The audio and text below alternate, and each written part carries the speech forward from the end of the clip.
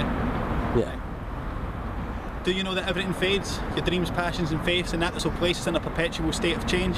The state of play remains the same until the changing waves create a tidal wave that will deface an entire race. The chemistry will appear to rearrange the fears in your brain. Society dictates your behaviours until you're contained and restrained. I can't explain this terrain, and I don't understand why everybody's running around trying to get the upper hand. So who am I to stand and rant? Just another angry man, my brain derived from drugs and a lively band. Rather than give revenge a chance, I would stand in the street and protest with a FIFA Vendetta mask. But I don't think I'll get the chance to dance in a revolution, even if I love the idea of a communion. So after the march, won't we all just go home and on our mobile phone talk about the prince that pulled a sword at the stone? He told me if marching changed anything, they wouldn't let us do it. What about organising online? Isn't that an improvement? Maybe if we can do it by moving past our own amusement and drop the blueprint for a legitimate global movement, but the protests are experimental. Would it not be more effective if the student body had a sense that they were transcendental? Instead of blending all the politics with the art, maybe they could try to write a song from their fucking hearts.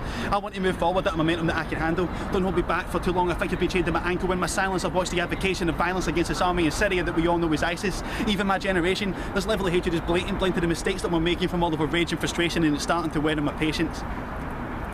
You get those guys out. That beheading video makes me sick. It's so ugly. Why are we letting all these people into the country? Pass me over the sun and shut up about politics. You only live once, man. Try to stay positive.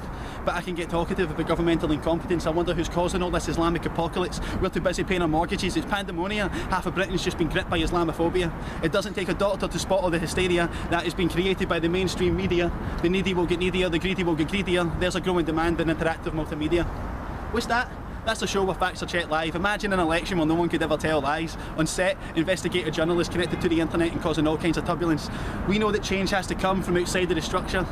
It's as simple and as profound as that.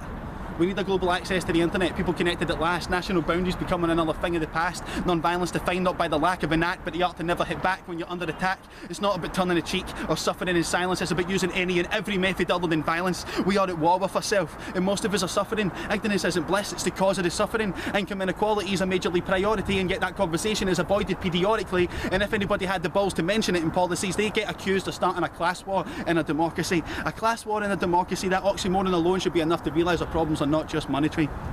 Interactive multimedia.